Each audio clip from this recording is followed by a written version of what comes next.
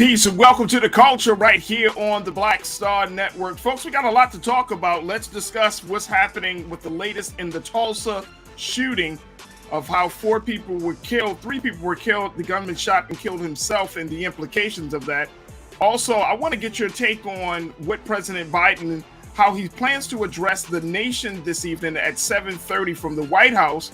What do you expect the president to say as we have this larger discussion about mass shootings, access to guns, and so much more relating to the latest killings that have been happening across the country? I would love to hear what your perspective is, so I want you to join us in that conversation. Also, let's talk a little bit about the latest with Nipsey Hussle's killer. His alleged killer his trial starts tomorrow for Eric Holder Jr., and LA is not the same, and yet the hip-hop community is saying that this may not even bring the closure that they need. What do we need to focus on? We'll check in with Culture crew member Rashad Staten to get his take on that situation. And Elon Musk is telling workers, hey, if you don't return back to work, no more rework work, you're going to just be seen as resigned and terminated. So we'll have that conversation when supervisors say, enough is enough, get back to work. All of that and a whole lot more, so stay with us. It's the culture right here on the Black Star Network. Let's go.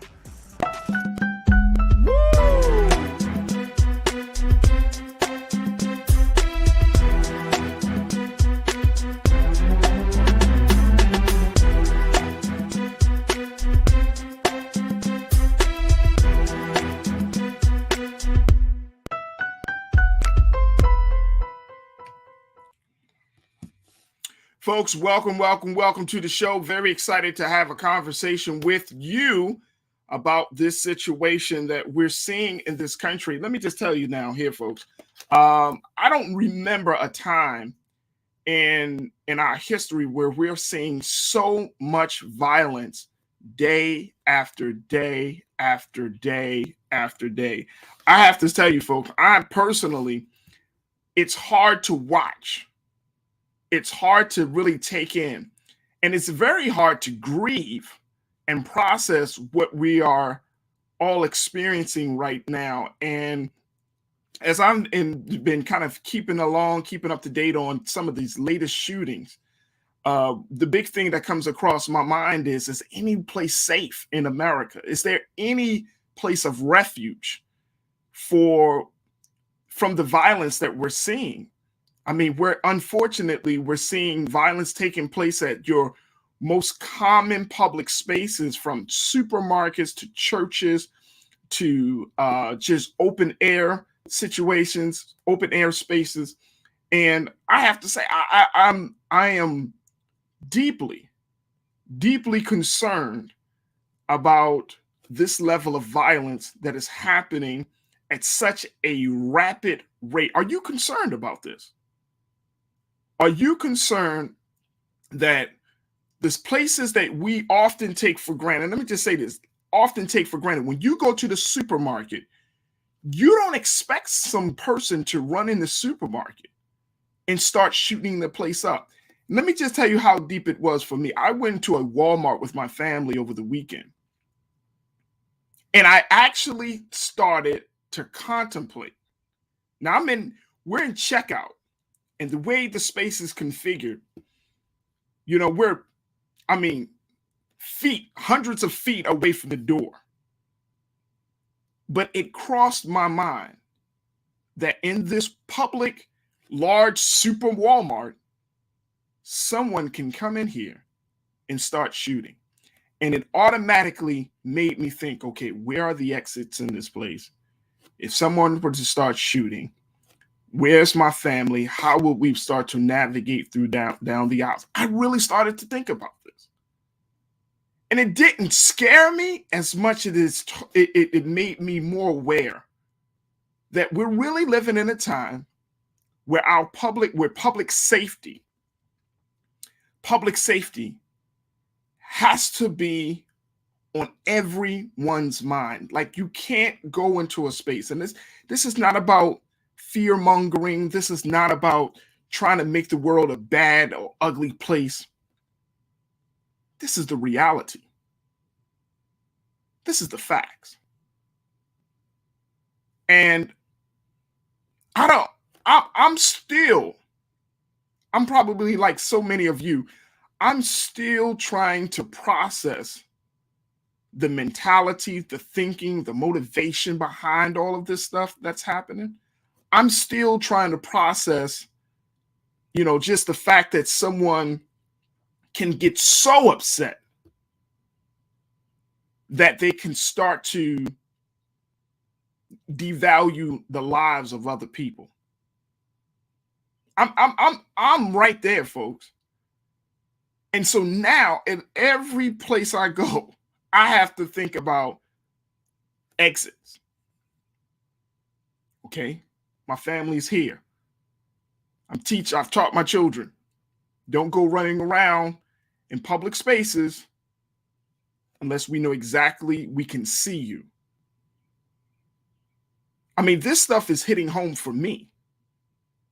And I'm wondering, and I wanted to have this conversation specifically with you as our viewers and our watchers, because I want your perspective on this. So please post your comments on YouTube and on Facebook. Are you starting to think like this?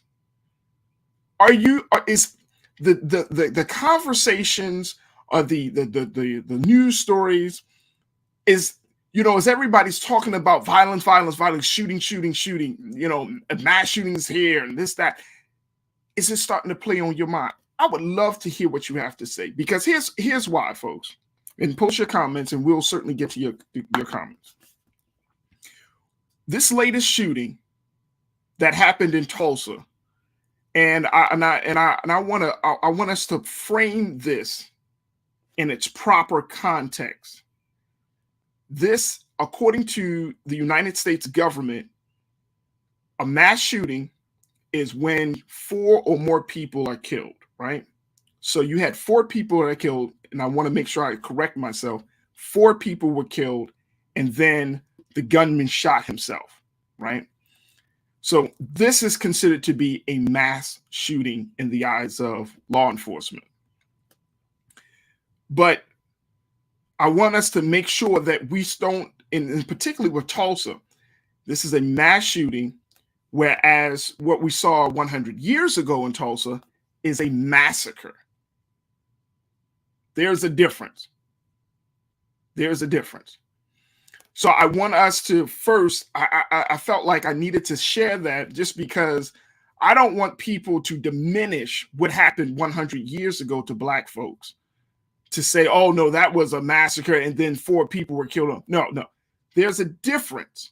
There's a difference. This is a mass shooting, so I think that we should put that in its proper context. But the thing is about this mass shooting in Tulsa, this guy, the gunman, was upset with his doctor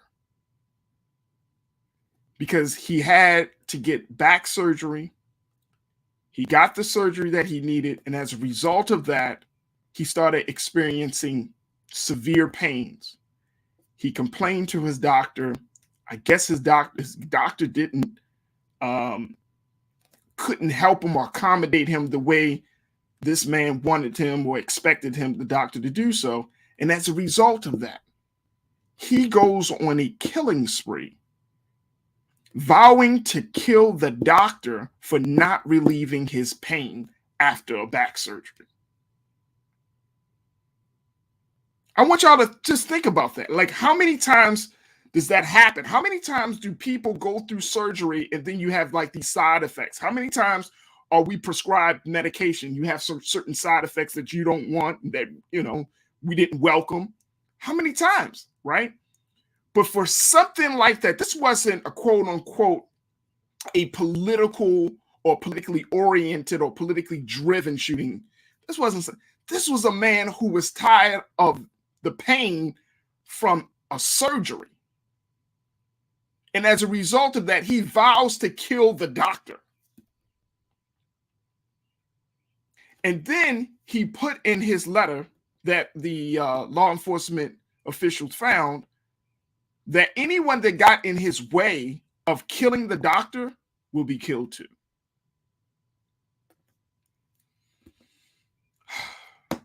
I want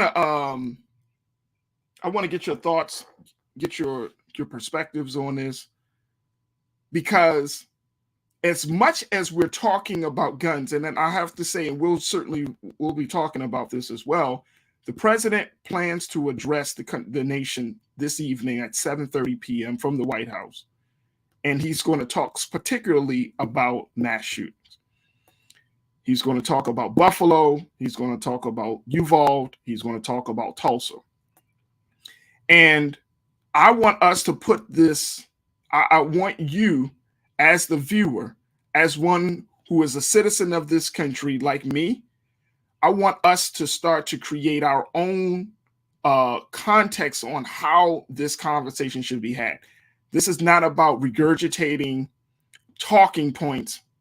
This is about us being critical in our thinking and understanding how do we really get to the root of this dilemma. To me, I'm going to keep saying this, folks. This is not only about gun access. This is not about AR-15 manufacturers. This is about a country and people in a country who have lost their sense of reality and their humanity, that they feel like they can go and that the only best way to address their issue is they can go and commit murder on anyone, in some cases indiscriminately. But in the Buffalo situation, the beef goes on, is imposed on a whole people. This is where we are in this country. So I want us to really start to think through what is going on. And I would highly encourage us, because we're going to talk a little bit more about it, get into the details of it, to hear what the president has to say. But we do have to figure this thing out. This cannot be left on the shoulders of political officials. This has to be addressed, not just from the legislative side. This has to be addressed from the cultural side. This has to be addressed from the social implications from that angle. This has to be a multi-pronged approach to dealing with what's going on in this country. Too many times, and then I'm gonna just want to make this point, and then we're going to get to your thoughts. Too many times in this country do we take a large, complex issue and then try to categorize it, try to diminish it. The conversation is, oh, okay, it's about gun access. And then it expand a little bit and they say, oh, okay, it's about gun access and mental health. We can't do that.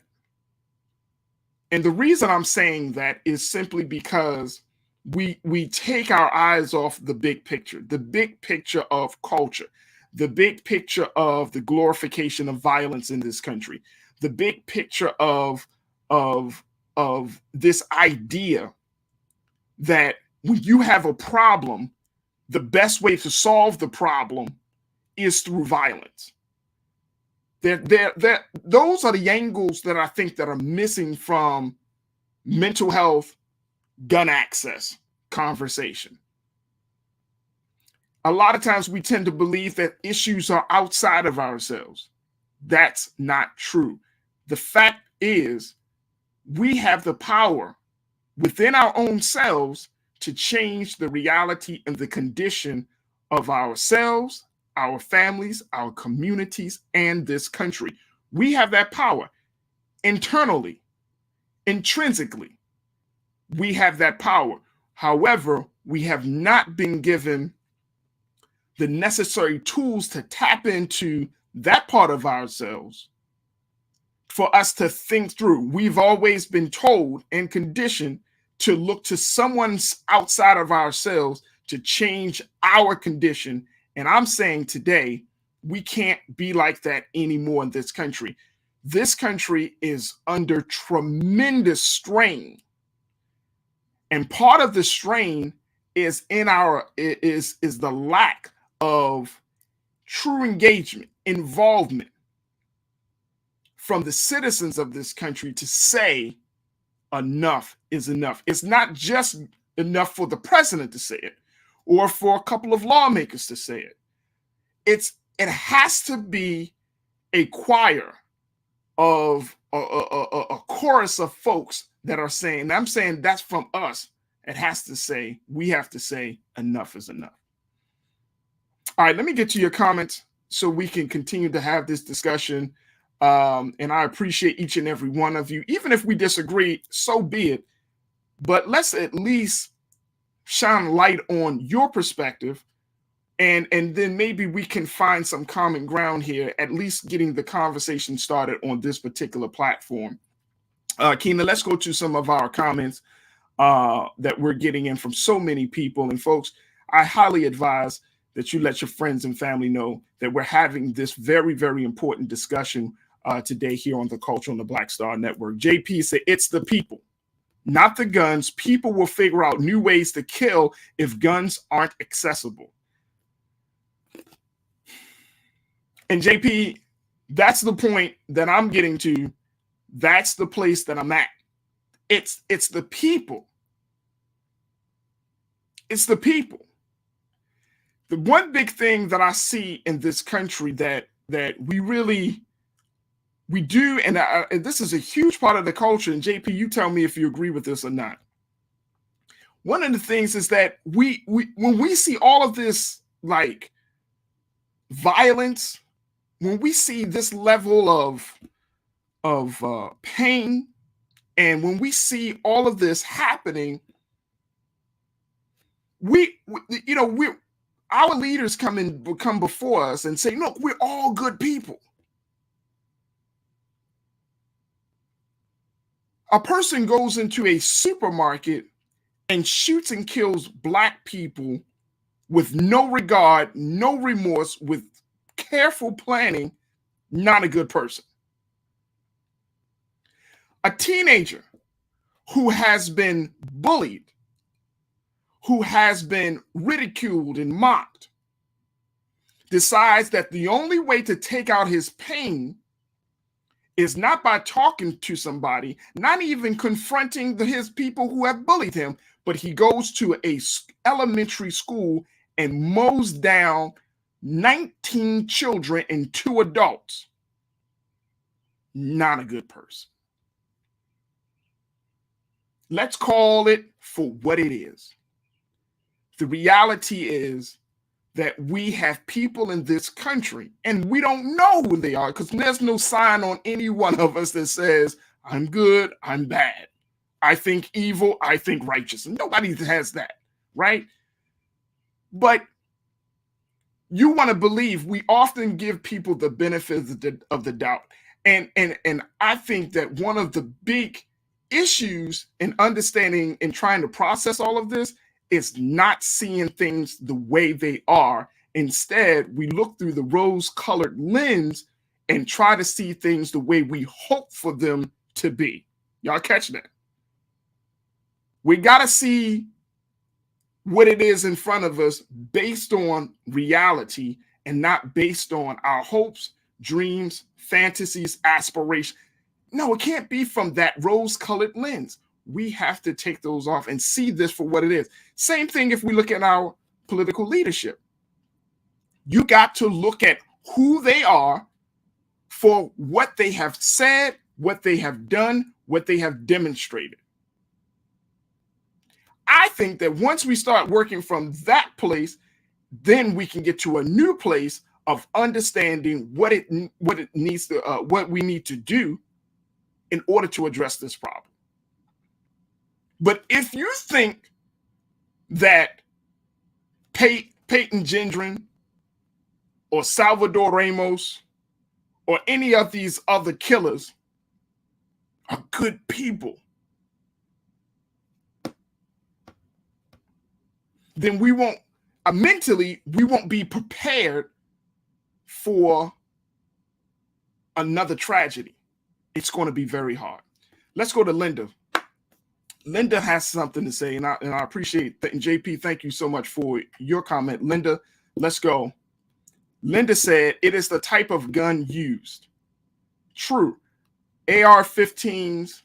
And look, let me just tell you, in this Tulsa case, folks, the Tulsa case showed this guy, the gunman, bought the gun the same day he committed the killing.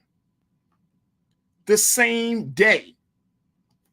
So you mean to tell me that I can go, and this Tulsa, of course, is in Oklahoma. That was the case what we saw with Salvador Ramos in Uvalde, Texas. He turned 18. He was able to get an automatic weapon. Peyton Gendron was able to get an automatic weapon in a very, very short period of time. So you mean to tell me that's okay? Now, I'm, to your point, Linda, I'm wondering if the manufacturers created or manufactured that gun with the intent to kill people. I don't know. You see my face, though. But it is about the gun. But we got to figure out, okay, well, if they got we're having the background checks, red flags, and all of these other checks and balance elements that we need to have in order before a person purchases a gun. Do you? It's out the window.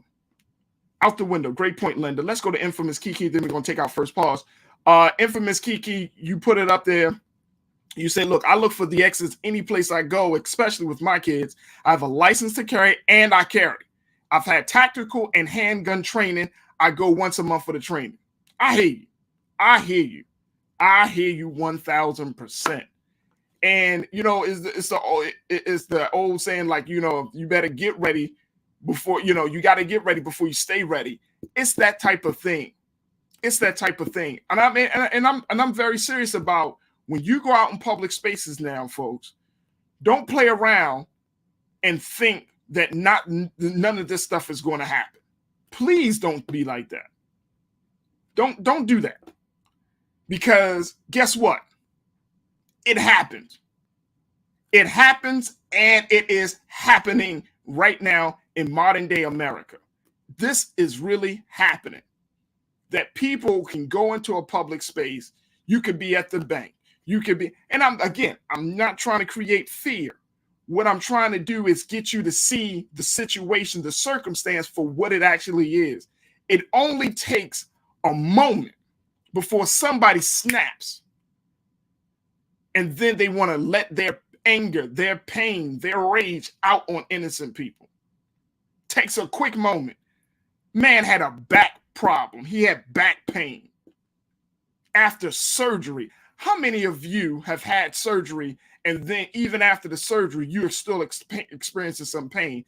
Do you go as far as to say, I'm going to kill the doctor because the pain is just too much to bear? Or do you go to the pharmacist and say, look, I need some medication for this? But look how easy and quick a situation can get out of hand over something like that. Look, I got to take a first pause. When we come back, more of your comments. We're having a conversation here, folks. We're having a conversation. I'm going to break down to you just a little bit what we can expect from the president, and keep your comments going, Facebook, YouTube. But when the president is planning to speak to the American people tonight, what are your expectations? Let's throw that into the mix, and let me get your perspective on that. So we got to take a quick break. When we come back, more conversation, more of your thoughts. Keep the comments going and stay with us. It's The Culture here on the Black Star Network.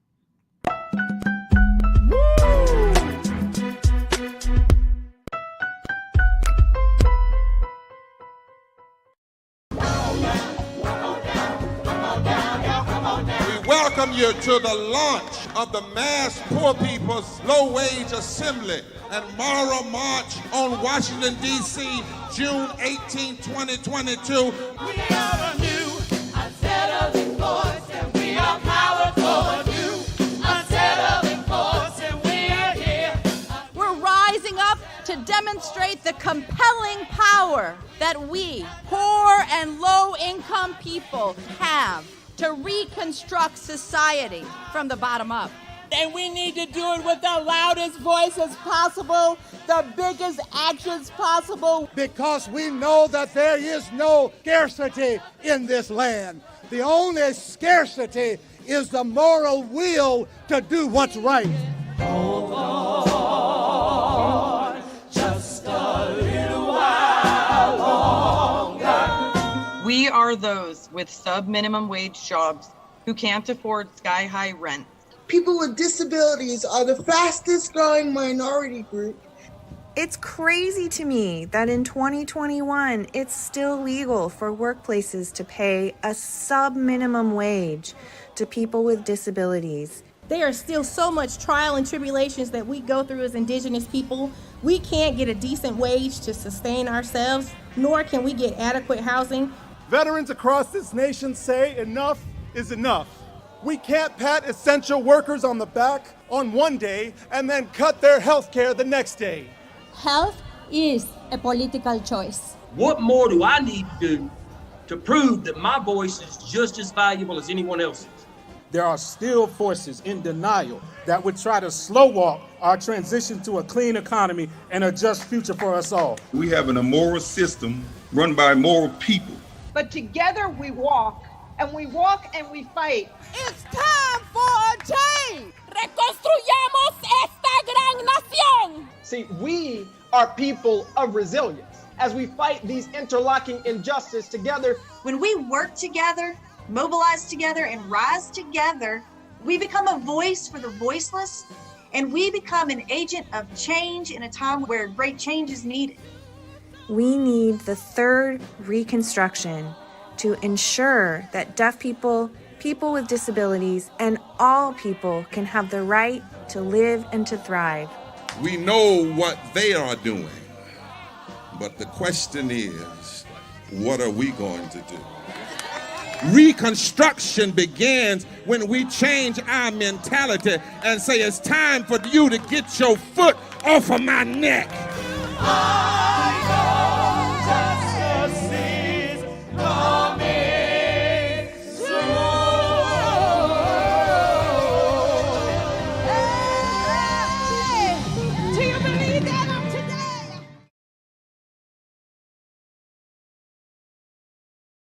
Pull up a chair, take your seat. The Black Tape with me, Dr. Greg Carr, here on the Black Star Network. Every week, we'll take a deeper dive into the world we're living in. Join the conversation only on the Black Star Network.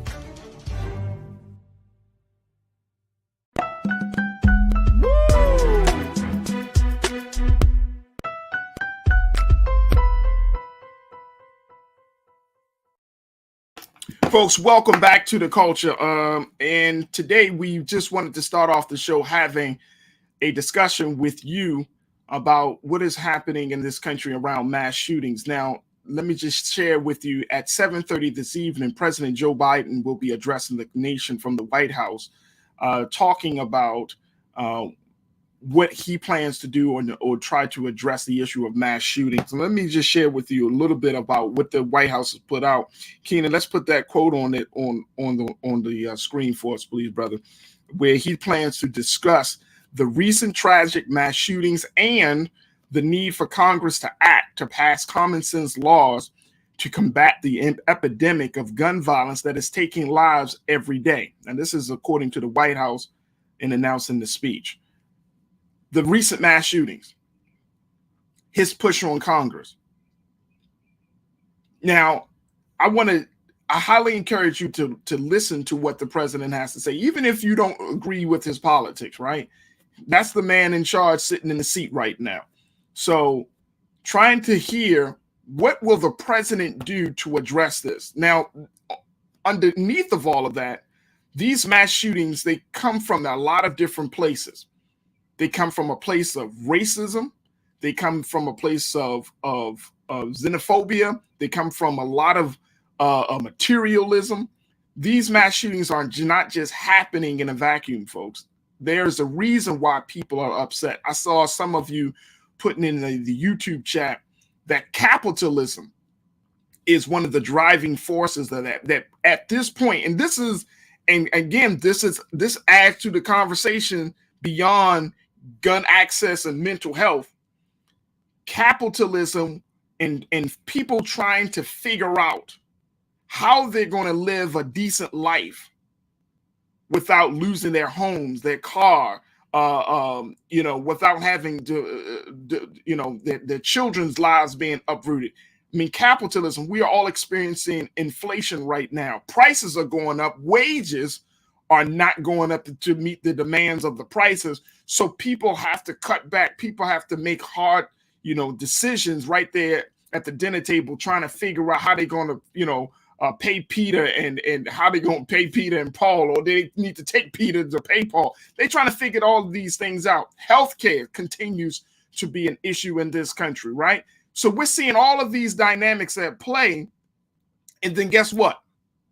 People reach for the gun out of their pain, out of their frustration, out of their wanting to try to figure out something.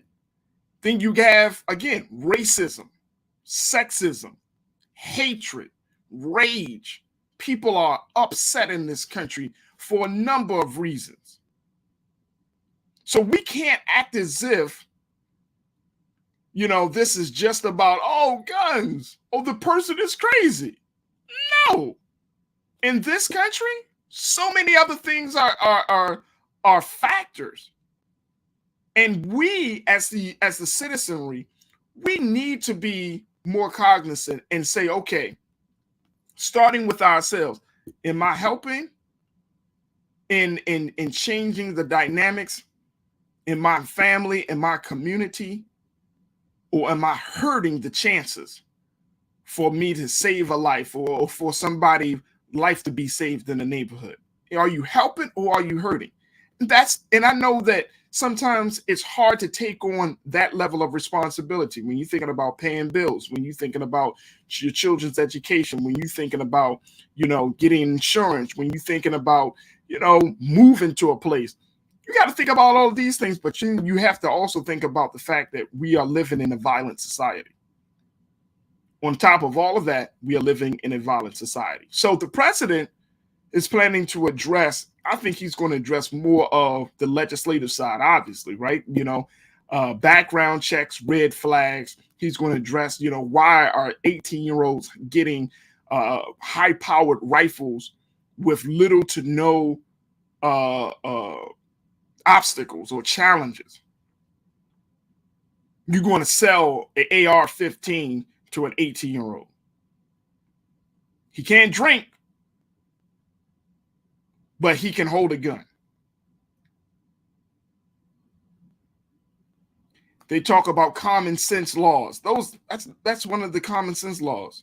So he can't drink, but he can hold a gun.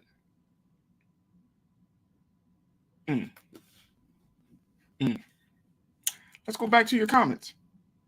Make sure y'all post your comments, and I would love to get your perspective. Continue to post your thoughts on this. All right, Damon. My guy, Damon. Damon, it's always good to hear from you, brother. Damon checked in and shared his perspective on this. Damon, you brought up the point that I made at the beginning of the show, where I'm talking about everywhere I'm going now, I'm looking at exit signs. I'm looking at what's the best way to keep me and my family safe in this public space, right? And that's the time we're living in. Damon, you said you've been doing that for years, scoping out where the exits are in public places. I want to know how to get out. Hell yeah. Yeah, I'm serious. I want to know how to get out. A small argument. You think about something like this, and Damon, I appreciate you, brother. Thank you for your comment. Here, check this out. You think about if you at a restaurant and someone didn't like the service, or someone felt like they shouldn't have to pay for an item on the bill. How a small thing like that can escalate to possibly becoming a violent situation. I mean, and folks, trust me, I try to be the optimist on these things, but I'm like, Farajii, you gotta think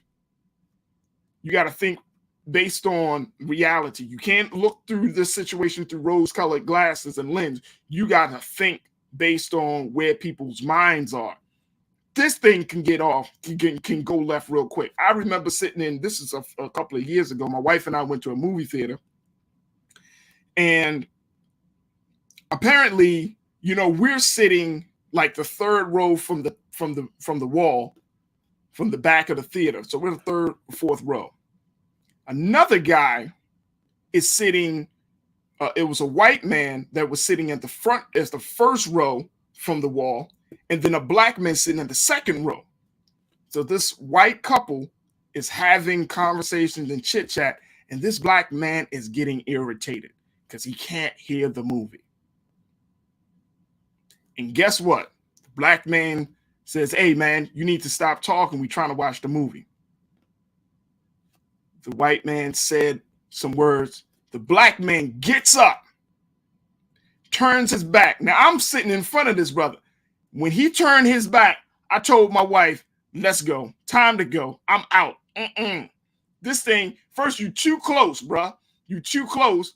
You're in a little movie theater aisle. I don't know what you packing because nobody checks for guns or anything. I don't know what your situation is. I've been in enough moments.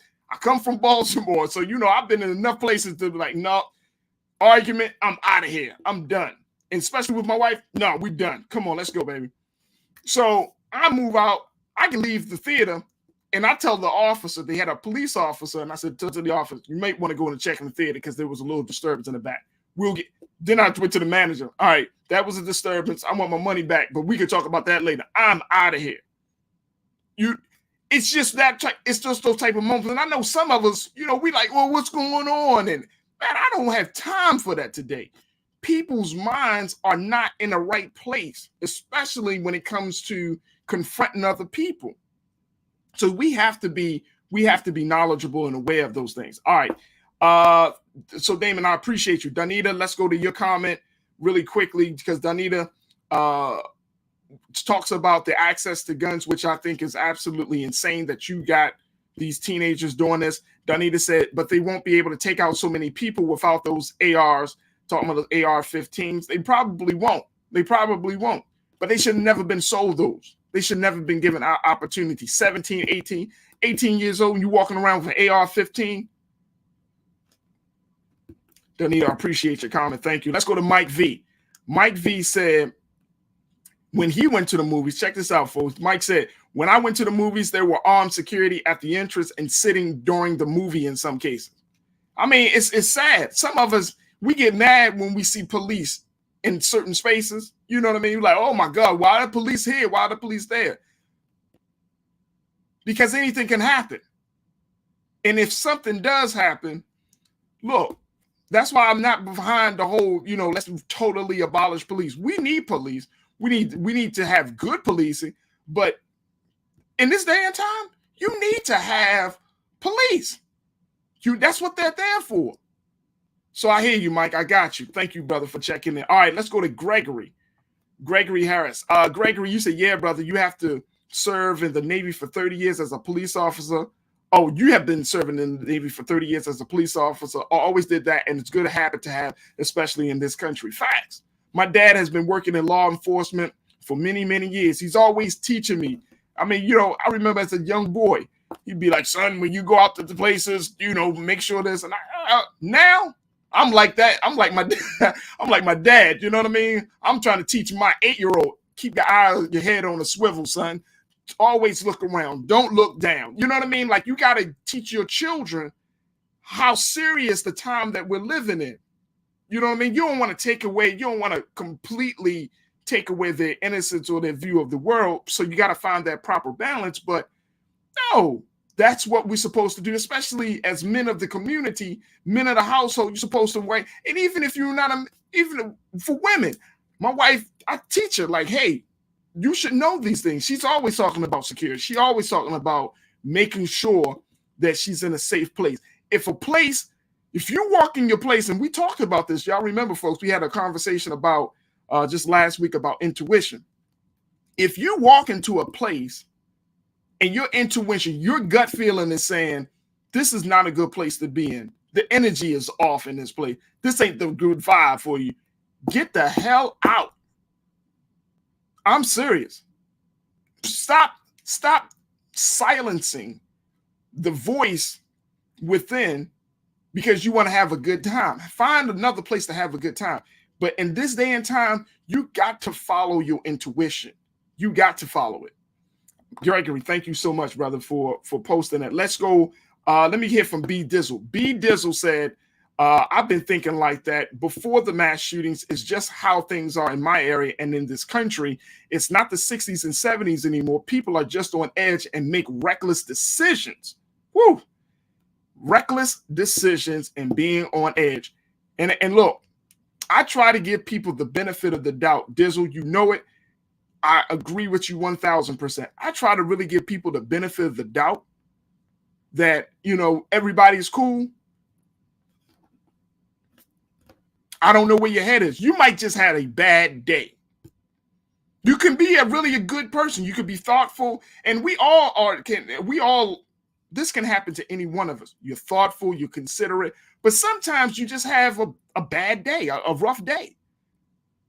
And so the smallest thing can set you off. And that's the other part about us having the power to change things. Like, we need to learn how to do that level of self-control and conflict resolution within. So that way we don't take it out on somebody and then they take it and then they respond in the same kind of spirit. And next thing you know, an explosion happens. So you're absolutely right, Dizzle. Let's go to Brother King Lee. Brother King Lee, always good to talk to you, brother. You said, my parents taught me and my siblings in the 1960s and 1970s to always be aware of our surroundings. In 2001, I took it a step further by moving to Germany from DeKalb County, Georgia. Yeah. And I'm sure, Brother King Lee, you probably remember I watched this powerful HBO documentary on this, and this is a little bit off topic, but it made me think about the Atlanta's missing and murdered, the Atlanta children that were killed at that time. And that famous television announcement came across the screen. It's 11 o'clock. Do you know where your children are? I can only imagine living in that type of fear where, you know, you want your children to go out and be children and play and things, but then you got this gray cloud over you and your children and the well-being of your children that they might be taken and all of that. So, you know, I'm sure you know that, Brother King Lee. So that's one of the things. It's like, now this ain't just Atlanta. We got this cloud over America. So I appreciate you, brother. Thank you so much for saying that. Let's go to Chandra Edwards. Chandra pointed out, she said, the common denominator for every mass shooting are guns accessed by people who shouldn't have them. Nobody checking your state of mind when you buying a gun. Some of these states, the laws are so lax when you're talking about buying a gun. Nobody is saying, oh, wait a minute, hold on. You buying a high-powered rifle here. What you plan to do with that? Nobody's checking it. This is like a regular transaction. Like, you like, oh, you want some milk? You want some bread? Oh, you want this AR-15 too? Sure. You want that? How you want that? You want that in the plastic or paper bag? Nobody's asking. It's just so.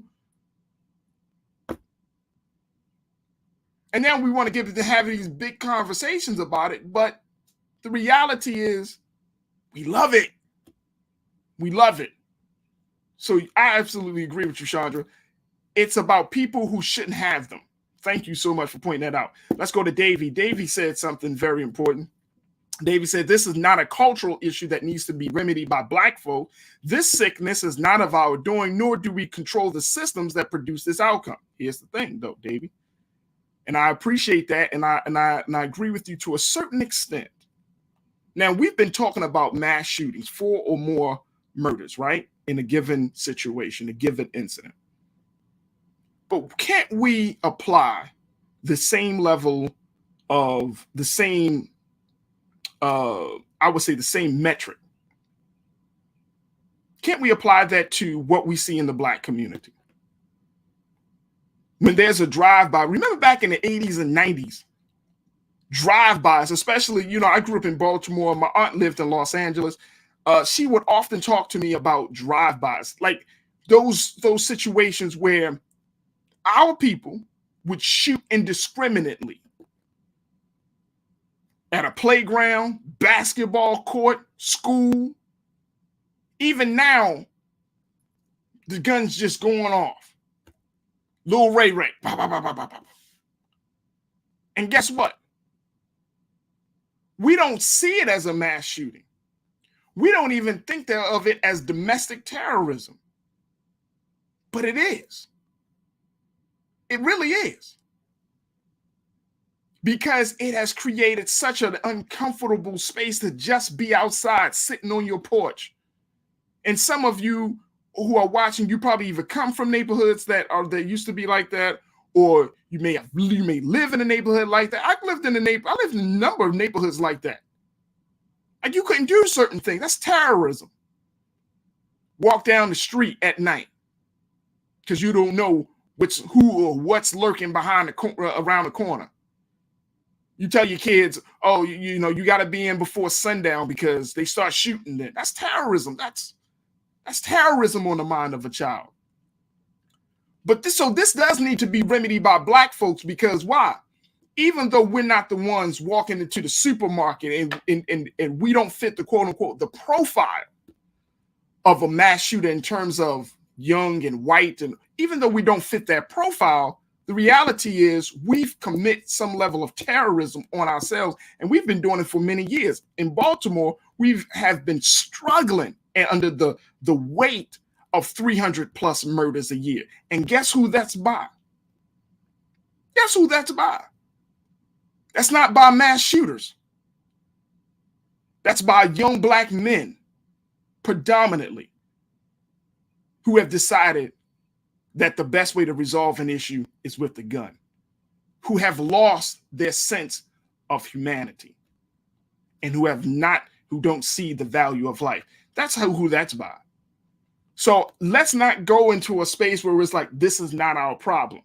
This is still our problem. Guns in the Black community, we probably, and I don't know the data, so I'm just saying that we probably getting ghost guns, unlicensed guns, guns with no, we probably getting all types of access to stuff in the Black community. Where did we get those guns from?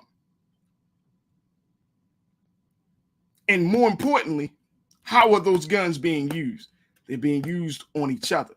Black men killing and shooting other Black men, young Black women shooting and killing other Black women. It's crazy. Drugs, violence, that's an everyday reality and culture in the Black community, unfortunately. All right, let's go to who we got? SJC, I think is that it? What about personal responsibility? Nothing to do with culture. Personal responsibility. I agree with that. My beginning, if you never followed this show, if this is your first time watching the show, welcome. Let me just share this with you. The show is called The Culture. The reason we call it The Culture is because we do have conversations, we analyze the culture. But what is the culture? What is the culture of anything? It's how we do things. There is a culture of violence in this country.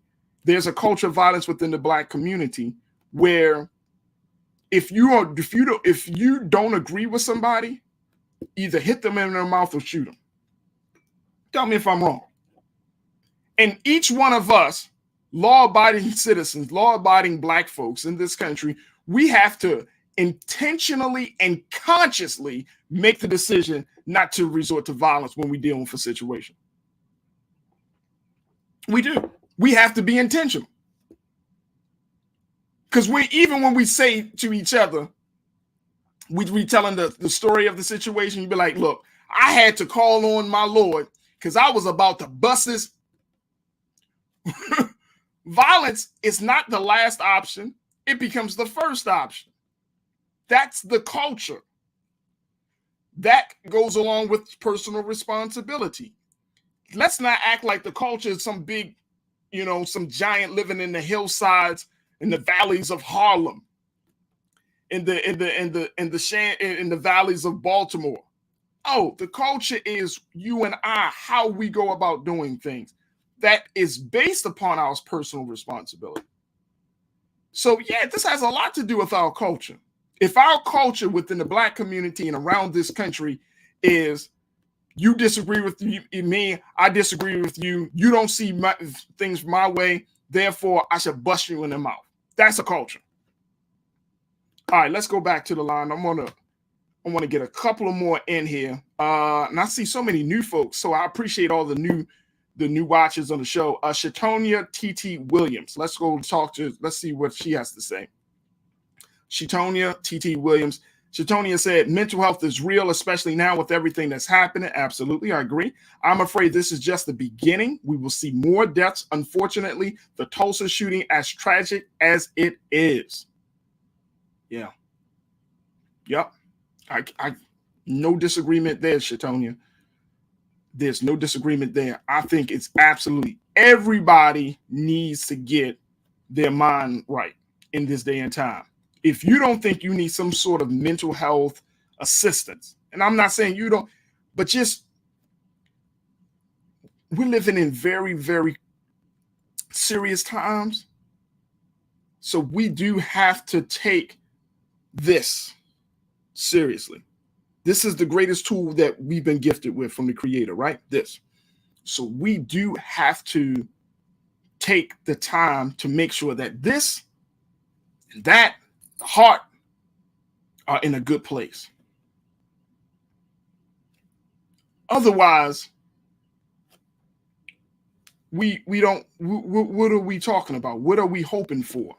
If your mind and your heart is not in the right place, is not focused on peace, is not focused on righteous dealings with one another, is not focused on freedom, justice, and equality for all, if your mind and heart is not in the right place, then we can't have a conversation. If it's poisoned by white supremacy ideologies, if it's poisoned by racism, if it's poisoned by material that you see things as being more valuable than the lives of a human being, if it's poisoned by sexism that men are better than women or women are better than men, if it's poisoned by capitalism, saying that no, the almighty dollar is the greatest measurement of success versus personal cultivation, or if your heart and mind is poisoned in such a way, and we all have been, and I think I can say this because we live in America, that we have to go through a purification process in order to get to a better place. All of us. And it's okay to say, you know what, I need some help. I'm not thinking right. You can blame the parents, but your parents only could do what they thought was the best thing to do, or what they had the capacity and the ability to do. But as grown-ass adults, when you know you have a problem, what do grown folks do? You address the problem. Because guess what? You got a generation behind you, behind me, that do not deserve to have that burden placed on them. So I want to end that here, folks. So tonight the president is speaking. We're going to certainly talk about what we hear from the president tomorrow. But this mass shooting situation is so big, it's so important. It affects each and every person in this country. And we need to be vigilant about stopping the deaths, stopping the bloodshed. We're going to do our part here on The Culture, and I ask you that you do yours, but I appreciate all the comments that have been shared with us. Keep the comments going. We got to take a quick pause. When we come back, we're going to check in with Culture crew member Rashad Staton to get his take on the other stories that are trending right now, which is the story of Nipsey Hussle's alleged killer and the impact of his trial, which starts tomorrow, how this will impact the community that Nipsey came from and the rest of the country. Violence in America. We'll continue to have the conversation. So stay with us. It's The Culture right here on the Black Star Network.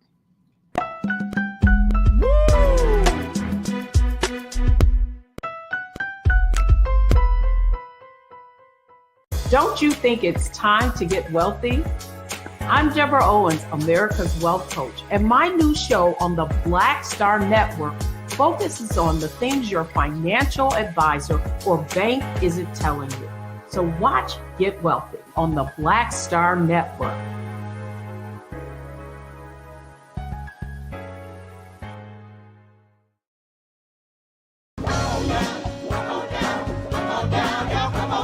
Welcome you to the launch of the Mass Poor People's Low Wage Assembly and Moral March on Washington, D.C., June 18, 2022. We are a new unsettling force, and we are powerful. A new unsettling force, and we are here.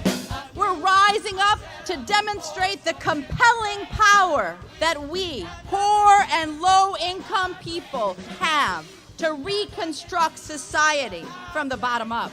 And we need to do it with the loudest voices possible, the biggest actions possible. Because we know that there is no scarcity in this land. The only scarcity is the moral will to do what's right. Hold on, just a little while longer. We are those with sub-minimum wage jobs who can't afford sky-high rent. People with disabilities are the fastest growing minority group. It's crazy to me that in 2021, it's still legal for workplaces to pay a sub-minimum wage to people with disabilities. There are still so much trial and tribulations that we go through as Indigenous people. We can't get a decent wage to sustain ourselves, nor can we get adequate housing. Veterans across this nation say enough is enough. We can't pat essential workers on the back on one day and then cut their health care the next day. Health is a political choice. What more do I need to do to prove that my voice is just as valuable as anyone else's? There are still forces in denial that would try to slow walk our transition to a clean economy and a just future for us all. We have an immoral system run by immoral people. But together we walk and we fight. It's time for a change! Reconstruyamos esta gran nación! See, we are people of resilience. As we fight these interlocking injustices together, when we work together, mobilize together, and rise together, we become a voice for the voiceless, and we become an agent of change in a time where great change is needed. We need the third reconstruction to ensure that deaf people, people with disabilities, and all people can have the right to live and to thrive. We know what they are doing, but the question is, what are we going to do? Reconstruction begins when we change our mentality and say it's time for you to get your foot off of my neck. Justice is coming soon. Hey! Do you believe that of today?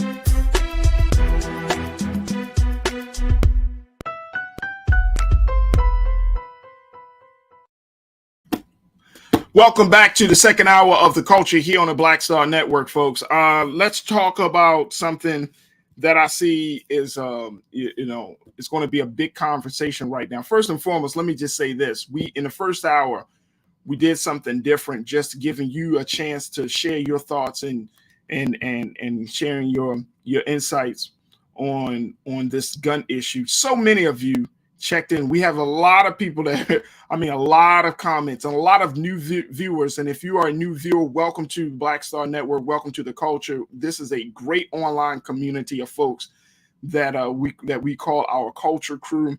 We have our contributors here, but the real crew are all of you who watch this show each and every day, who comment on it, have discussions about the issues that we're talking about. And it's just a beautiful, beautiful platform for us to engage with one another in a way that, I give folks space, Give folks space. And I really don't have, I mean, a lot of y'all check people who go come crazy, you know what I mean, who may say some wild things, but I will say for a vast majority of the comments and the time, there is real conversation. And I'm one of those folks that truly believe that communication, especially when you're talking about issues that affect each and every one of us, communication is a first major step. We don't talk to people that we don't agree with in this country. We don't talk to people that may not be from our same place or the same way we believe. But my hope is that we can break down those barriers on this show. And so our online culture crew is important. You guys make this show happen, not just with your financial support, but just with your presence. And so for all of our new viewers, welcome, welcome, welcome. We hope that we are saying something that speaks and resonates with you in your heart, and that we can get into the bottom of some of these issues. But let me just say this, folks. As we're having this conversation, folks, make sure if you did not get a chance to see the full first hour, make sure y'all go back and see the hour. And it's just us having a discussion, a fireside chat about this larger issue of mass shootings in this country. And again, President Biden will be speaking to the country at 7:30 p.m. Eastern Standard Time from the White House about mass shootings in this country. Violence has to be addressed. Violence has to be addressed. It's not just a gun access issue. It's not a mental health issue. Guess what? And we got to say it. And when it has to be said loud and clear, it's a cultural issue as well. A cultural issue. All right.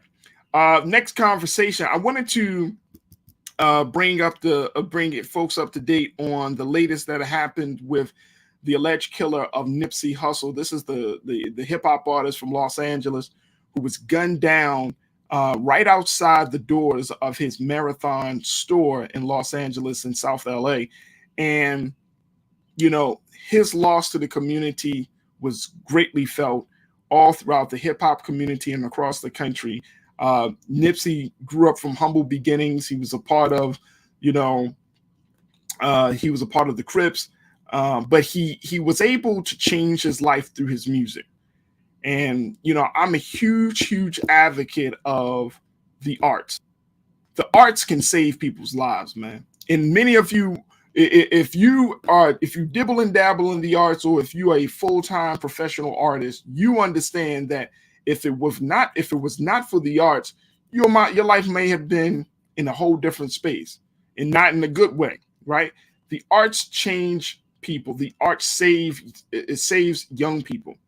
And so when we saw and felt Nipsey Hussle being gunned down, so many of us, I know I was, it was just a sad day to hear about our brother being gunned down. Well, now, starting tomorrow, the trial for his alleged killer, Eric Holder Jr., will be kicking off. However, people are asking the question, will this conviction bring any closure to Nipsey's community of Crenshaw? Will we see any closure? Will it force us to have a different conversation about violence in the community? I want to be, in a few moments, we're going to check in with Rashad Staton, one of our culture crew members, who is an advocate of peace. He's an educator. He's an activist. But I want to share with you just a little bit about what's going on in LA. And if you live in LA, if you live near LA, if you are familiar with this case and this situation, I would love to get your perspectives on this as well. So you please post your comments on our YouTube and Facebook pages. But one of the things that I learned, and I had a chance to visit LA, and, you know, when you go to LA, like that whole Marathon store, that little storefront area, it's all shut down. When I went, it was gated. It was gated, boarded up.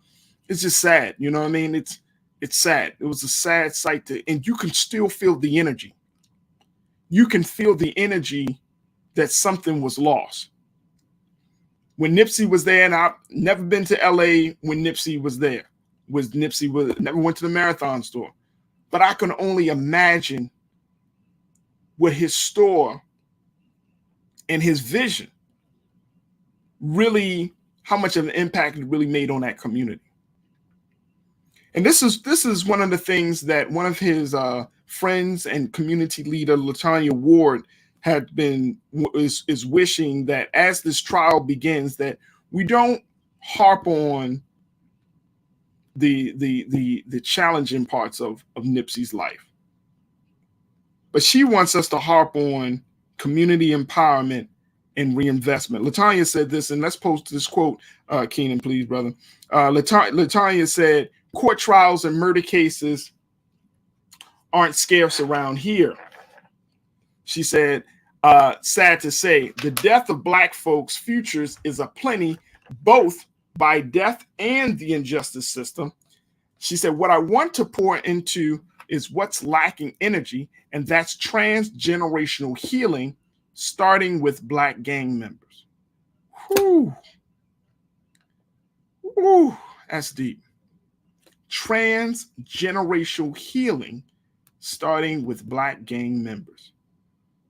Oh, man.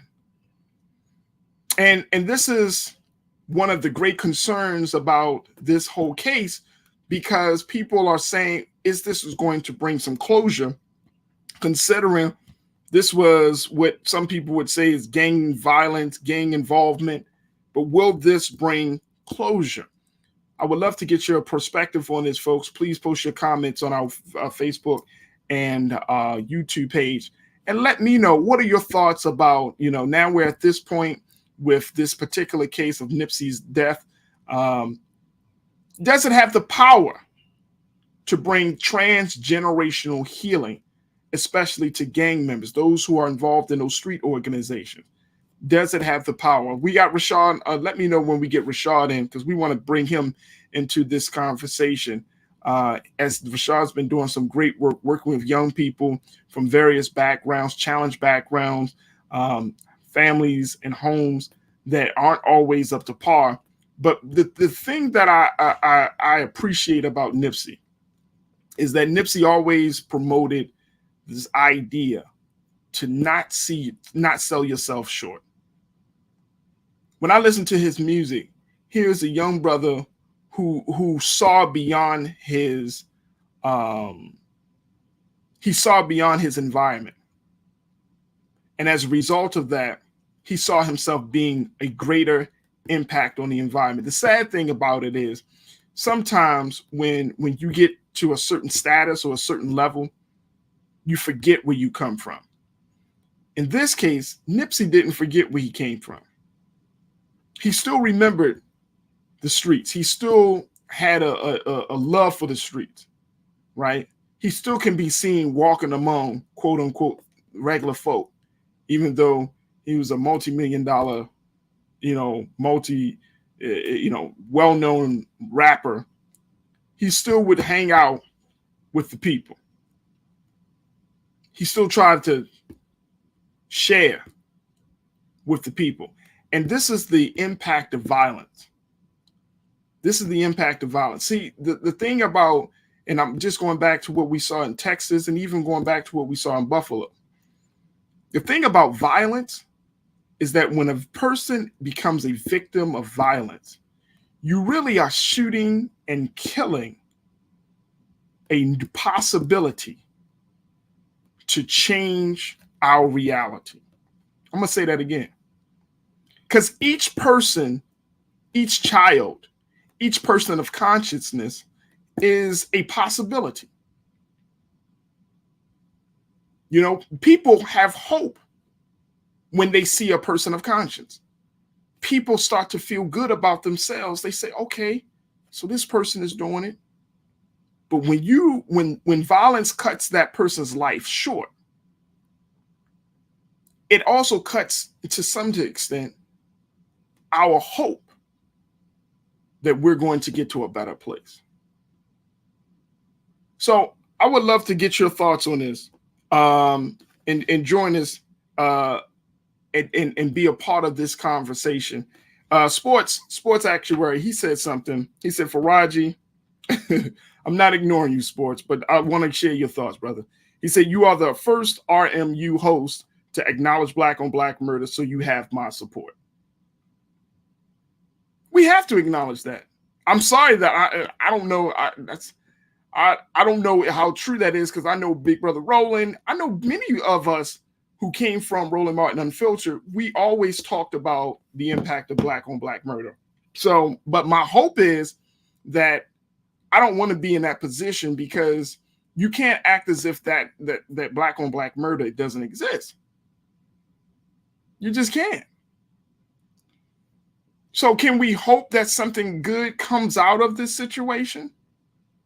Yeah, I mean, I want to see Nipsey Hussle's alleged killer behind bars.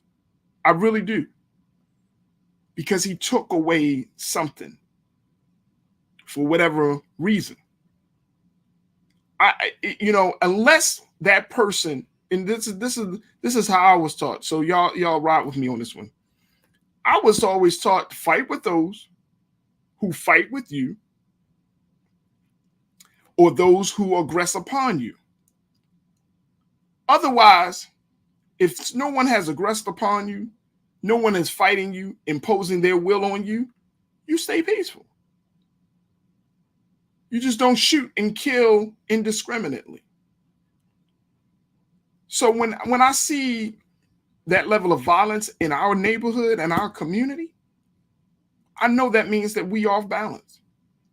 Psychologically off balance. I'm not talking about emotionally, not just talking about emotionally, I'm not even talking about politically. I'm talking about psychologically. We're off balance.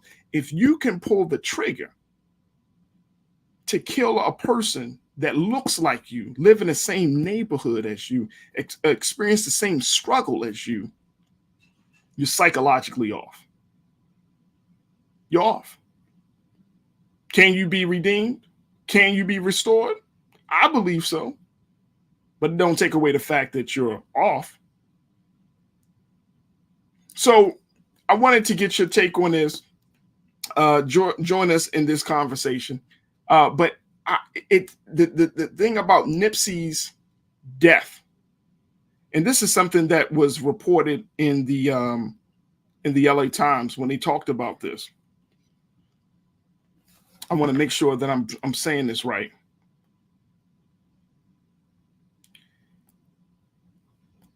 This is from the LA City Councilman Marquise Harris Dawson, whose district includes Crenshaw. This is what Mr.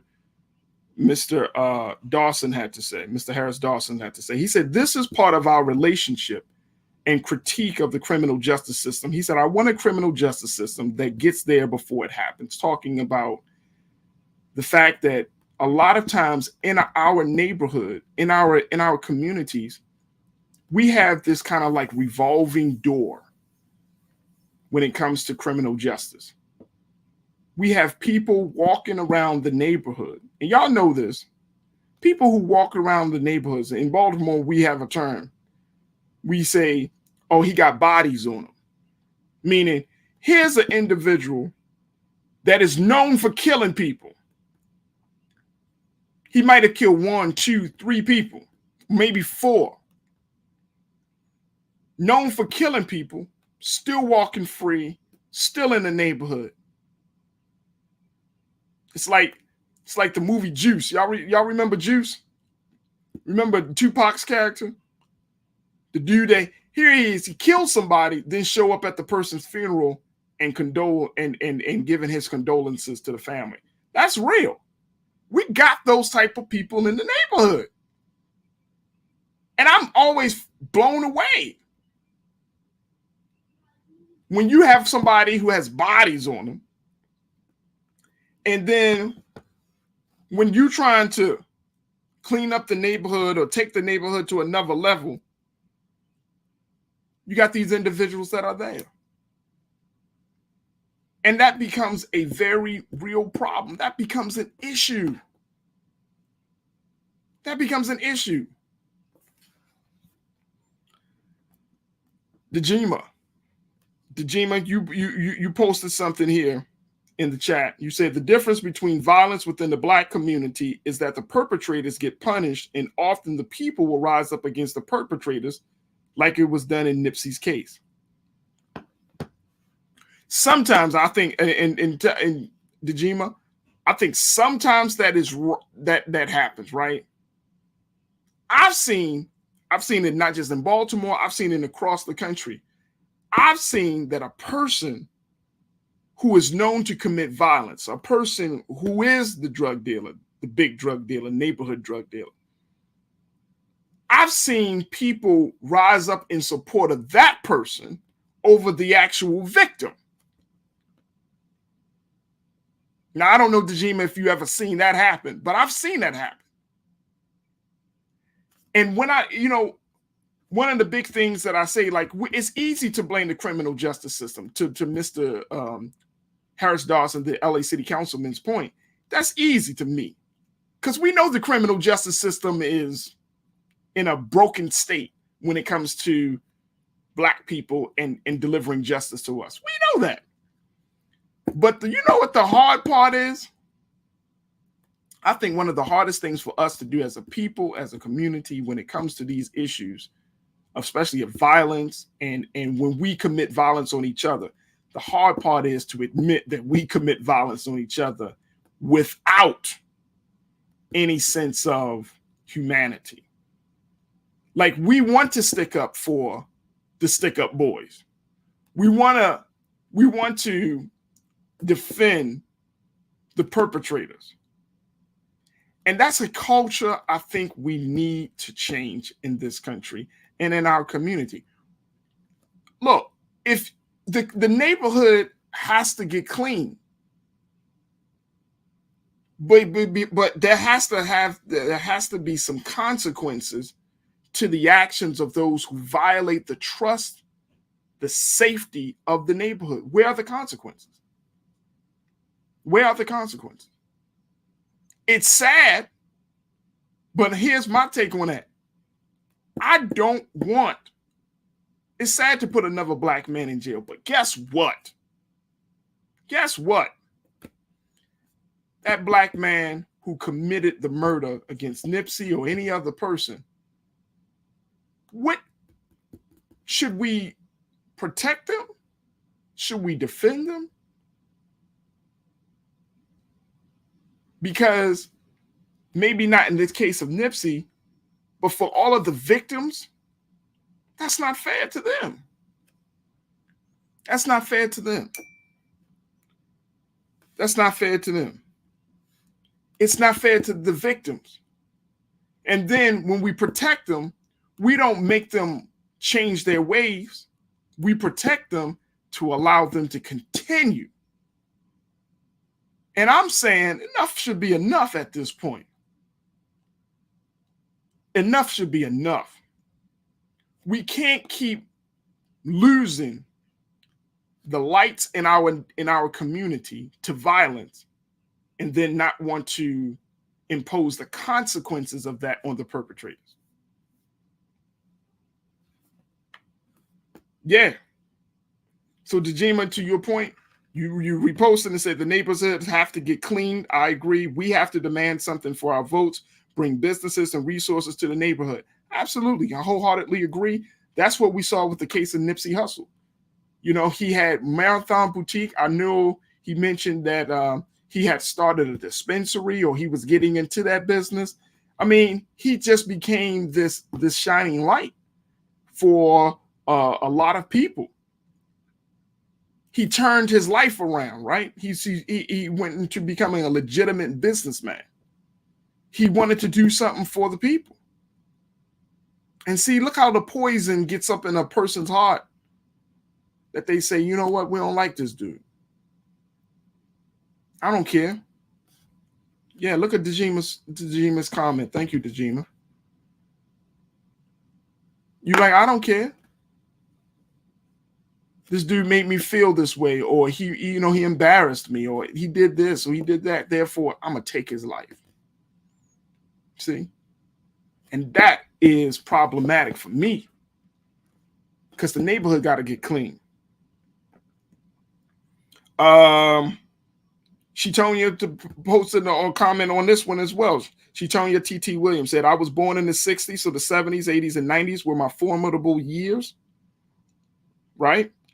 And we as Black people had way more self-respect than we have today. Today, it's all about self. I got mine, you get yours. Yeah, absolutely. Absolutely. Shatonia, I couldn't agree with you more. But how did we get that way? That's the question. How did we get to that place of I got mine, you got yours? How did we come from, I'm black and I'm black and I'm proud in the 60s? We pumping the black fist in the 70s. But something happened in the 80s.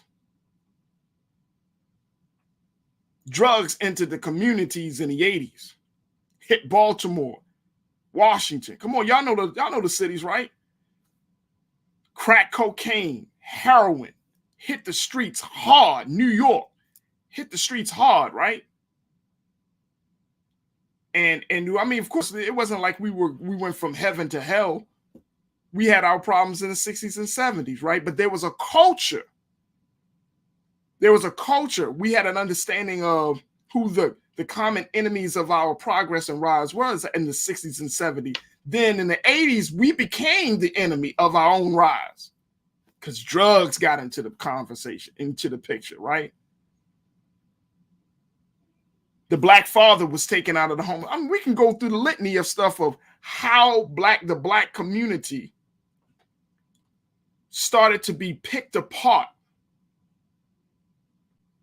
piece by piece, from the breakdown of the black family to the breakdown of black businesses.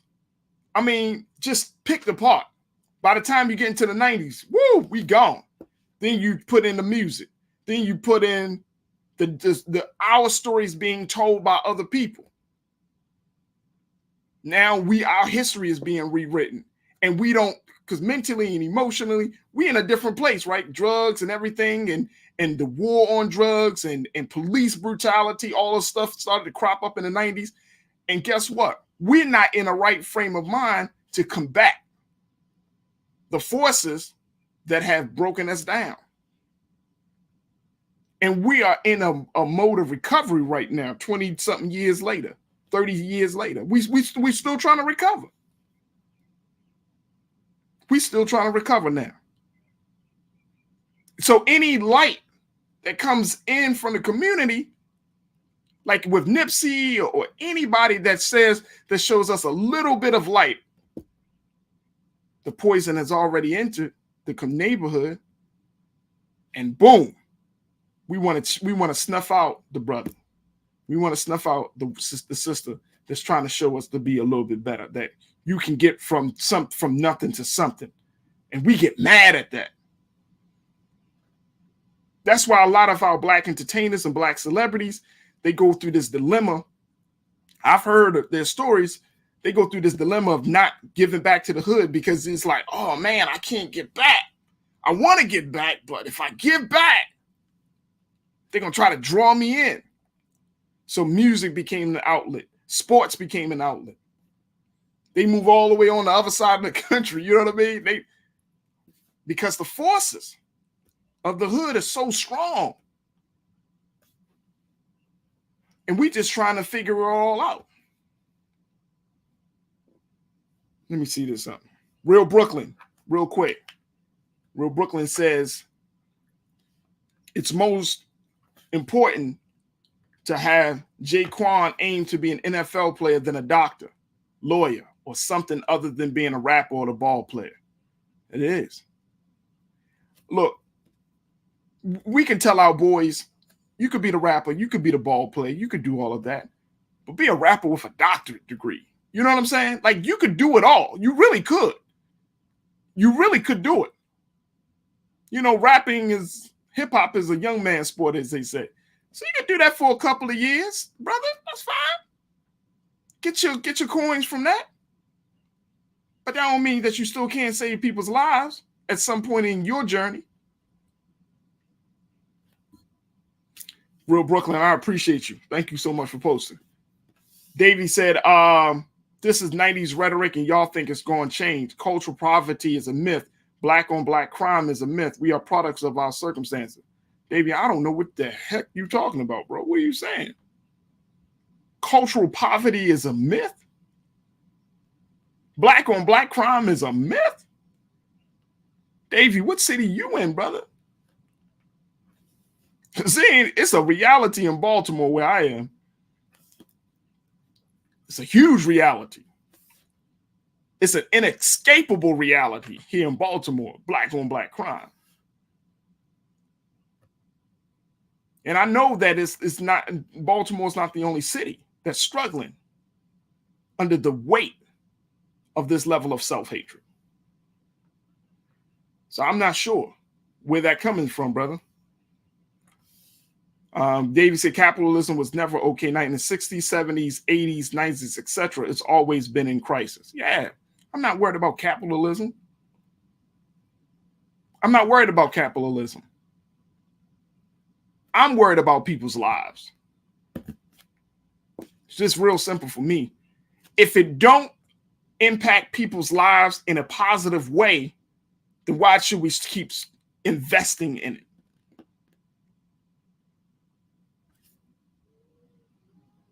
Because life is more important than dollars.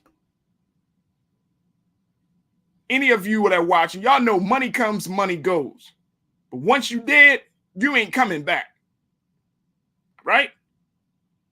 That's just in the term of the Lion King, that's the circle of life, baby. Like money comes, money goes. But once you dead, you ain't coming back. You're not coming back. All right, let me get a couple of more. Shalinda checked in and said gang violence grew because of the drugs as well, fighting over territory. Yeah. And a lot of these gangs, if you look back at the Bloods, the Crips, when I lived in Chicago for a little bit of time, I kind of studied some of the gangs there. You know, they got over 100 plus gangs. It might have changed because this was some time ago since I lived there. But a lot of those gangs came out of a place of desperation where brothers felt like they needed to band together to deal with the police brutality at that time in those neighborhoods, right? To deal with other forces that they felt like, you know what, I need an army to deal with these forces. It wasn't always, the gangs didn't always come from a place of destruction and terror on black folks. It came out of the gangs were like a survival mechanism for black communities. The same way, look, the same way that we saw white people when they came from, you know, when you see what is that Leonardo DiCaprio movie? But it talks about I think it's the movie about New York, and they had the 5 gangs. Y'all know what I'm talking about. But that movie, that's the way it was. The Irish came, right? And then the Italians, then the Jews. I mean, that gangs of New York. That's what it's called. Gangs of New York. Brother King Lee is always on top of it. Thank you so much, brother. Gangs of New York. Look at the story of that. So gangs is not like a black thing. Gangs is about self-interest, self-preservation.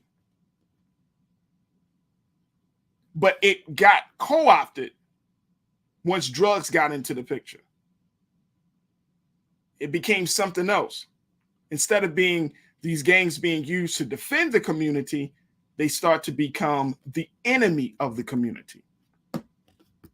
All right, let me just take one more. Let me see if we can get one more.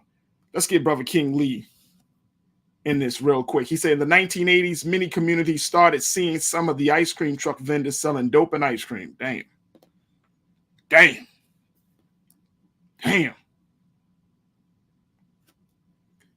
We in a very crisis moment, folks. We're in a very, very crisis moment. So as I'm closing out this part of the conversation, folks, with Nipsey Hussle and with the alleged killer of Nipsey Hussle's case starting, the trial starting tomorrow, we should have some different conversations about this. We see these things happening. We know these things happening. But at the end of the day, we can't be silent about these things anymore. We're going to take a quick pause. When we come back, let's talk about some other trending topics. So stay with us. It's The Culture here on the Black Star Network.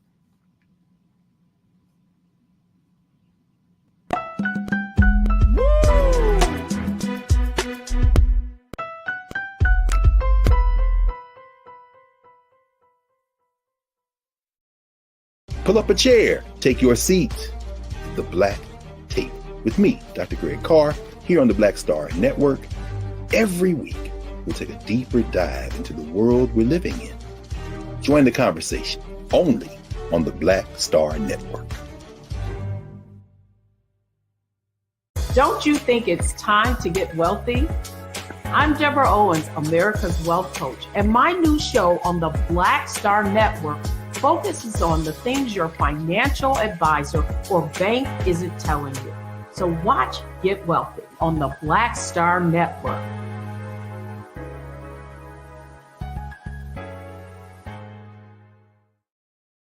Hi, I'm Dr. Jackie Hood Martin, and I have a question for you. Ever feel as if your life is teetering and the weight and pressure of the world is consistently on your shoulders? Well, let me tell you, living a balanced life isn't easy. Join me each Tuesday on Black Star Network for A Balanced Life with Dr. Jackie.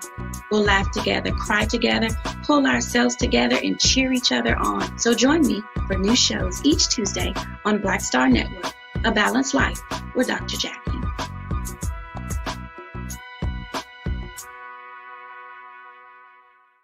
It's time to be smart.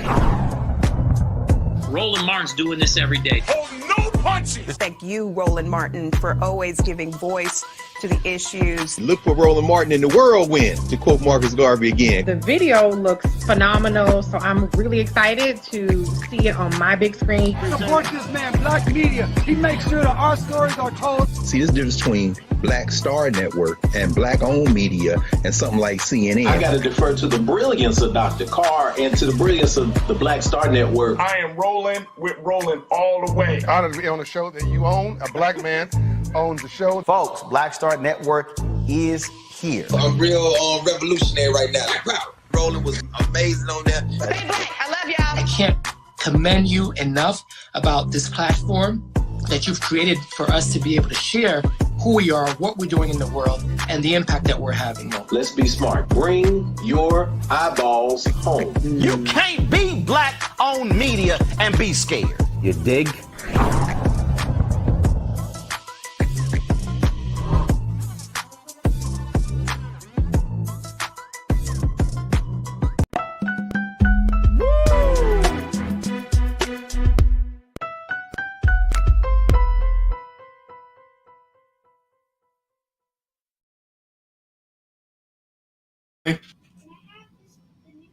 Folks, welcome back to The Culture here on the Black Star Network. Just been having a number of discussions, and I hope that you've been engaging and you appreciate what we're bringing, and the comments and the level of engagement has been crazy as folks have been checking in. So many of you have been checking in, posting your comments on our Facebook page, on our YouTube page.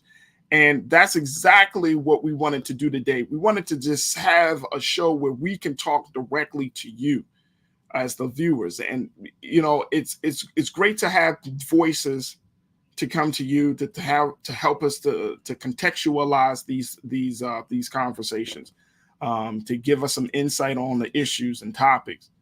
But then it's something else when we can just have a one-on-one. And I wanted to do something different today. So I appreciate each and every one of you for being a part of it. This is a community. This is the community that we have built and are continuing to build. So many of us, and I call y'all my culture crew online, you know, this is a part of our community. And as part of this community, it's being able to share, to give space to one another's view and insight. And then at the same time, even if we don't agree, you know, I'm not going to rip you apart. I'll respectfully disagree with you, respectfully. But we got to have a discussion. We got to have a discussion because I'm tired of wearing the rose-colored glasses, folks.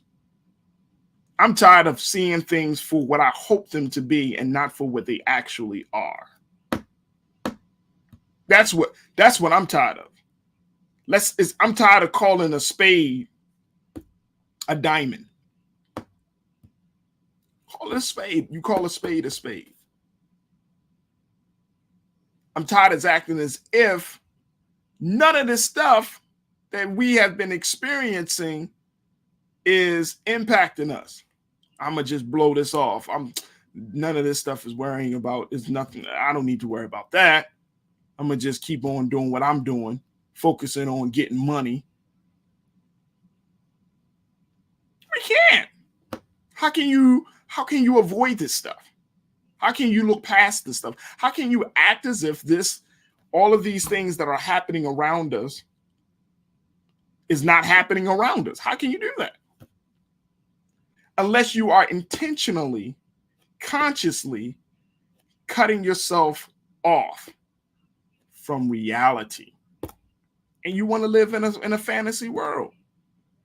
It's not to hurt anybody's feelings, but at the same time, if we want to make the progress, if we want to see something different happening in this country, we got to face reality. The reality is this country is in trouble. The reality is Black people in this country, we are in trouble. And if we don't become active in changing our own condition, then we're going to go down further. We are. One other story I wanted to bring to your attention. This is something I thought was really interesting. Elon Musk. Y'all know who Elon Musk is. So apparently, Mr. Elon Musk, who is, working to become the owner of Twitter, he put out there that any employee of Tesla, he demanded they must return to the office for in-person work at least 40 hours per week or they'll be let go.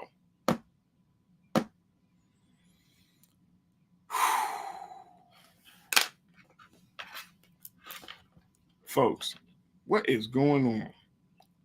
Now, this news of the policy was disclosed in a series of leaked emails that an electric car news site saw, and they put it out there on the general public. But let me share with you what Mr. Musk said. He said, anyone who wishes to do remote work must be in the office for a minimum, and I mean minimum, this is what he said, of 40 hours per week or depart Tesla. This is less than we ask of factory workers. He also added that employees' offices must be a main Tesla office, not a remote branch unrelated to the job duties. He said he would directly review and approve any requests for exemptions from the company's return to work policy, but emphasized to his staff, if you don't show up, we will assume you have resigned. He went further on to say, Tesla has and will create and actually manufacture the most exciting and meaningful products of any company on earth. This will not happen by phoning it in.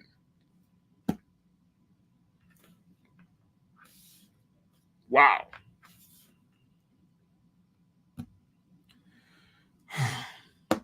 I'm trying to figure out, and maybe y'all can help me on this. I'm trying to figure out the words to describe this.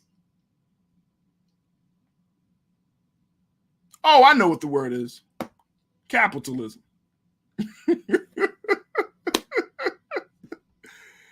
This is capitalism. This is overlooking your own safety, overlooking your own mental health and well-being to work directly, to work for the almighty dollar, to work to produce something, a product for the almighty dollar. This is capitalism. This is capitalism. Now, some of you might be advocates of capitalism. Say, well, we need this. It's good for the market. It helps to create supply. It helps to maintain or control supply and demand. You might be all in about it. But how often do we take a moment to really let people know the other side of capitalism, which is when you have to deny yourself at the expense of the dollar?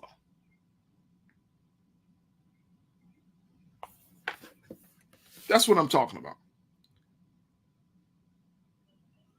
Mike, I want to put Mike's. Let's put Mike's comment on here. Mike said that consists of a hostile work environment. Workers have the right to refuse. You're damn right, Mike. That's what I was thinking, brother. I was thinking the same thing. Like, now all we do. Let's keep this. Let's keep this for what it is. Let's say it for what it is. You're producing Tesla cars, right? Electric cars, very popular cars. A lot of people are buying them, right? They're popular cars. But they're cars. They're cars. In the big scheme of things, if Tesla cars weren't on the road, they weren't on the market, would anybody be dead as a result of that? You see what I'm saying? I mean, you want to try to run one of the biggest social media platforms, but you're telling your workers, you better keep working you better come into this office, or we're going to consider that as a resignation if you don't. As if a pandemic is still not present. Inflation is not present. People are uncertain about a lot of things in this country. So uncertainty and anxiety is certainly present. But you want me to come to help you make more cars. That's making you richer. And that's giving me pennies compared to the profits that you're making.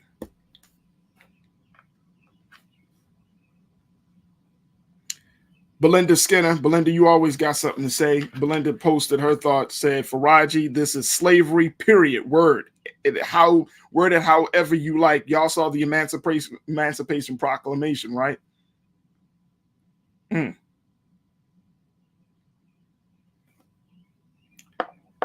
Let's go to Carol.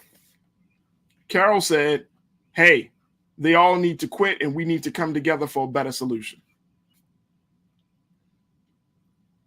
One of the things that if you didn't see this happening in this country during this time, the power of the employee, right? We haven't really talked about on this show, and I've actually reached out to the brother Chris Smalls from Amazon, who helped to start that union, the first union of Amazon. But we haven't had a real conversation about the power of the employee in today's work environment. I'm not talking about 40, 50 years ago. I'm talking about today's work environment. Today's work environment requires that the employee is not the slave. As a matter of fact, the employee is the front runner. They're the driver of any company. And we haven't talked about the fact that employees today are demanding a different type of relationship with their employer. Could you imagine if Tesla workers decided to go on strike? Could you imagine if Tesla's workers decided to organize a union? Could you imagine if Tesla workers said, enough is enough, and we're going to not do any work until you hear us and until you give us a better circumstance, a better environment that we can work adequately in it? Could you imagine that?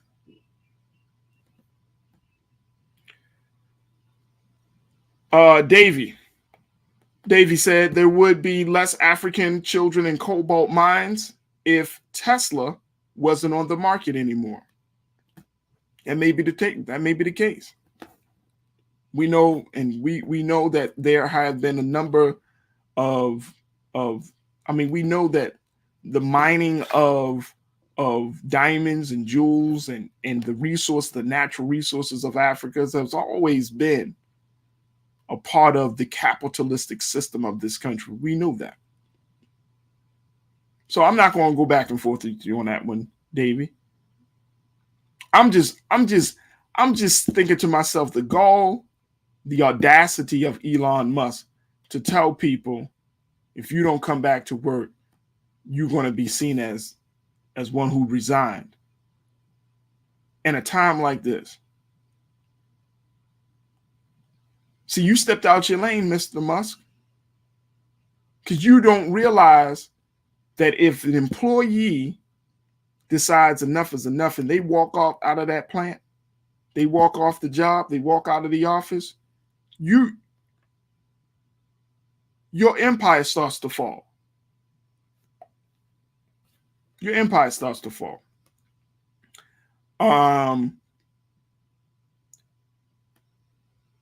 Damon Blissett said, my wife works in a hospital. This is why I got the workers exemption from my job. That's a blessing. That's a blessing. See, this could be a great opportunity for us and again, once you know who you are, once you take off those rose-colored glasses and you start to tap into the power of yourself, once you see that, this could be a great opportunity to redefine the relationship between employee and employer in this country. I'm at a point, and we only got a few moments left. I'm really starting to see, it started with COVID. We started to highlight and we started to see a breakdown. We started to see a breakdown in the healthcare community, in the healthcare field. We started to see a breakdown in health disparity in terms of Black people getting less adequate health care versus white people. I see that. Now it's becoming more and more clear. I'm taking off the rose-colored glasses and I'm seeing America for who she really is, right? It's becoming more and more clear to me that unless America change her ways, it only leaves us to make drastic decisions about how we should move forward. Unless America changes her ways. I'm starting to see that people really don't care. They don't care. I mean, we can go on and on. The solution is, what are we going to do about it? As I mentioned this yesterday, folks, when I listened to that promo for the Moral March on Washington happening June the 18th, and I say, if you're in the area, if you're able to join, by all means join. Be a part of that march with hosted by Reverend William Barber and the Poor People's Campaign. They don't care. We live in a country that really doesn't care about the health and well-being of its citizens. We live in a country that said, okay, y'all had enough rest from COVID. Okay, fine. Even though from one source, we're saying COVID is still alive and well. Y'all need to be careful. And there's another voice and there's another force that's saying, y'all need to get back to work. Y'all need to get back to normal. This country needs to move forward. The dollar needs to be made. Y'all need to work. Like all of this other stuff. Forcing us to be in a space where we have to choose whether we want to work or whether we want to preserve our mental state, our mental health. I'm starting to see that this country doesn't care.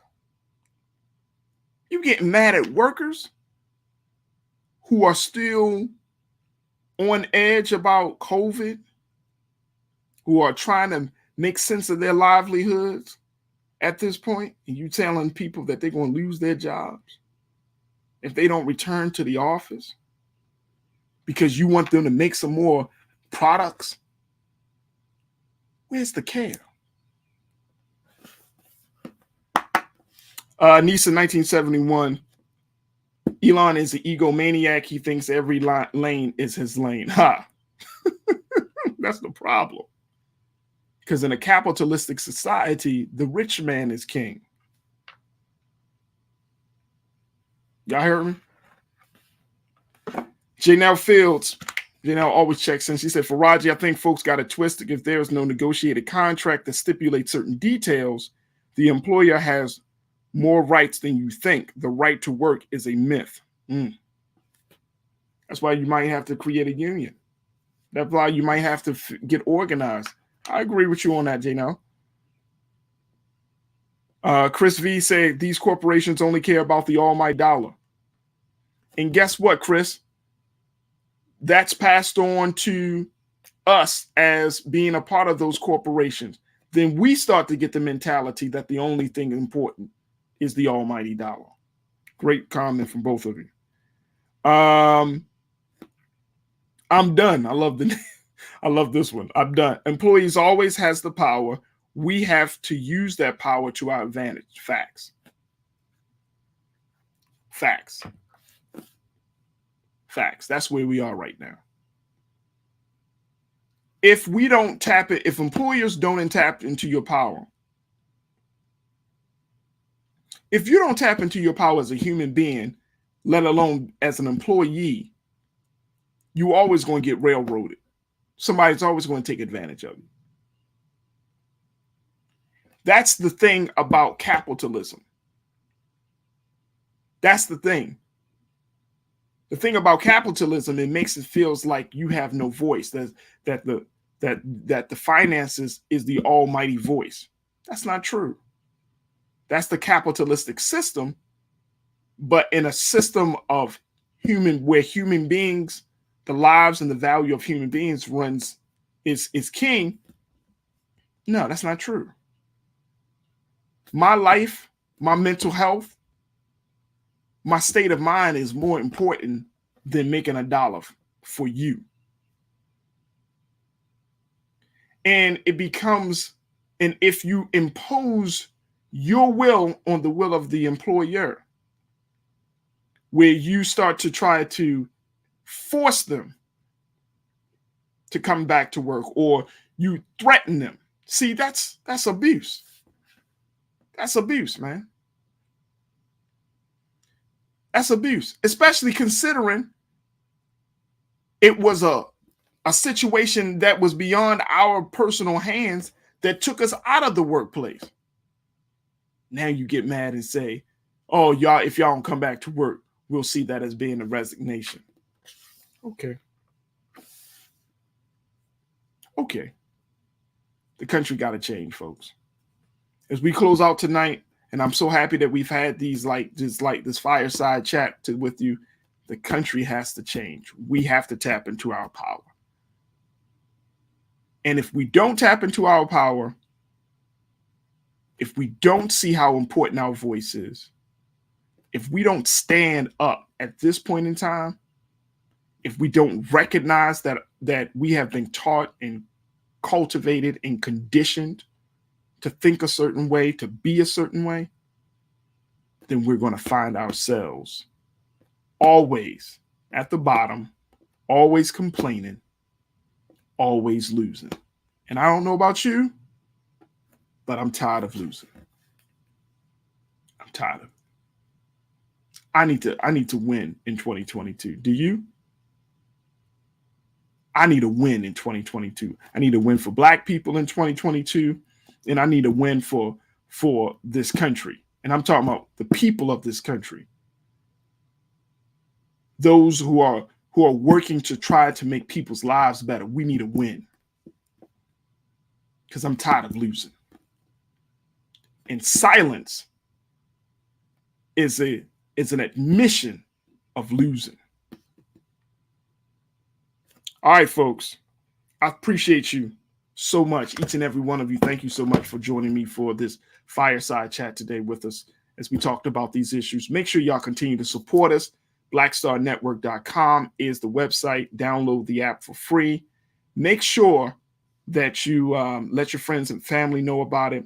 They can give and donate financially, but if not, if you don't have the wherewithal to do it financially, you can certainly share with your family and friends that we are doing this great work of Black-owned media, unadulterated, unfiltered, unapologetically Black. But guess what? It's not just for Black folks. This is good media. That's for everybody that is tired of the same old discussions. This is for people who are looking to cultivate their consciousness. I don't just appeal to Black people. I'm appealing to people of good moral and consciousness. Good morals, good consciousness. I'm trying to appeal to us from a different space. It's not just about race. It's about how you think. It's how you believe. We have to challenge these things each and every day. And that's what we're doing here on The Culture each and every day. So I appreciate each and every one of you. Thank you for all of the great comments. The Culture Crew online community is growing. Let your friends and family know that we stream here every day, Monday through Friday from 3 to 5 p.m. Eastern Standard Time. We replay the shows all throughout the day. Big shout out to King Keenan for keeping these shows replayed, and so much more. So thank you for your continued support. Big shout out to my production team, along with King Keenan. We have Shannon and Joel who make this thing possible. We weren't able to get our Culture Crew members on, but it's all good today because I got a chance to talk to you directly. And I hope you've enjoyed the conversation just as much as I have enjoyed talking to you. Stay tuned. Up next at 6 o'clock Eastern Standard Time, Big Brother Roland Martin with Roland Martin Unfiltered. As always, never be afraid to challenge what's wrong. Stand for what's right while being yourself in the process. God willing, we talk tomorrow for another exciting edition of The Culture right here on the Black Star Network. Peace.